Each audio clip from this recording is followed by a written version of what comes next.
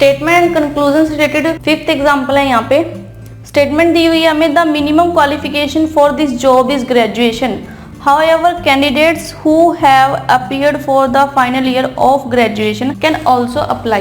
तो किसी जॉब के लिए मिनिमम क्वालिफिकेशन दी हुई है हमें ग्रेजुएशन की, अगर कोई कैंडिडेट फाइनल ईयर में है वो भी इस जॉब के लिए अप्लाई कर सकते हैं। तो कंक्लूजन दिए हुए हमें इससे रिलेटेड यहाँ पे फर्स्ट कंक्लूजन है, all candidates who have yet to graduated will be there in the list of selected candidates. अब हमसे स्टेटमेंट में जो बात कही गई है वो अप्लाई की गई है कि जो ग्रेजुएटेड है और जो ग्रेजुएशन के लास्ट ईयर में है वो अप्लाई कर सकते हैं, लेकिन वो सिलेक्टेड कैंडिडेट्स होंगे हम ये कह ही नहीं सकते यहाँ पर, क्योंकि हमें पता ही नहीं है, क्योंकि हमें जो स्टेटमेंट दी गई है वो अप्लाई से रिलेटेड दी गई है कि हम अप्लाई कर सकते हैं, लेकिन हमें सिलेक्टेड कैंडिडेट्स के बारे में यहाँ कुछ नहीं बताया गया। तो जो फर्स्ट कंक्लूजन है वो यहाँ पर दी हुई स्टेटमेंट को फॉलो नहीं करता।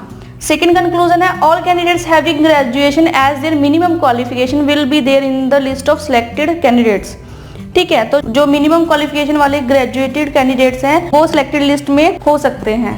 हमें फिर से सिलेक्शन वाली लिस्ट पता ही नहीं है यहाँ पर, क्योंकि यहाँ पर अप्लाई की बात की गई है जॉब के लिए, जो ग्रेजुएटेड कैंडिडेट्स है या ग्रेजुएटेड जो पर्सन है वो इस जॉब के लिए अप्लाई कर सकते हैं, लेकिन वो सिलेक्टेड लिस्ट में होंगे नहीं होंगे ये हम लोग कह नहीं सकते।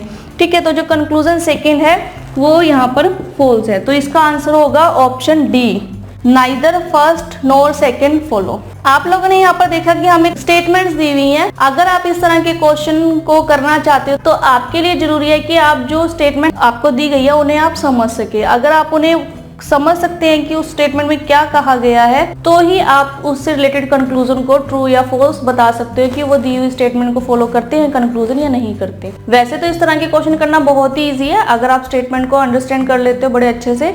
ठीक है, आपको जो स्टेटमेंट दी गई है हम उसे ट्रू मान के चलेंगे और जो कंक्लूजन दिए हुए हम फिर वो चेकआउट करेंगे कि वो यहाँ पर दी हुई स्टेटमेंट को फॉलो कर रहे हैं या नहीं कर रहे। तो आप इसे भी अच्छे से समझने की कोशिश कीजिए ताकि अगर आपके पास एग्जाम में इससे रिलेटेड क्वेश्चन आते हैं तो आप उन्हें भी कर सके। ठीक है, तो मिलते हैं अगले सेशन में। Thank you.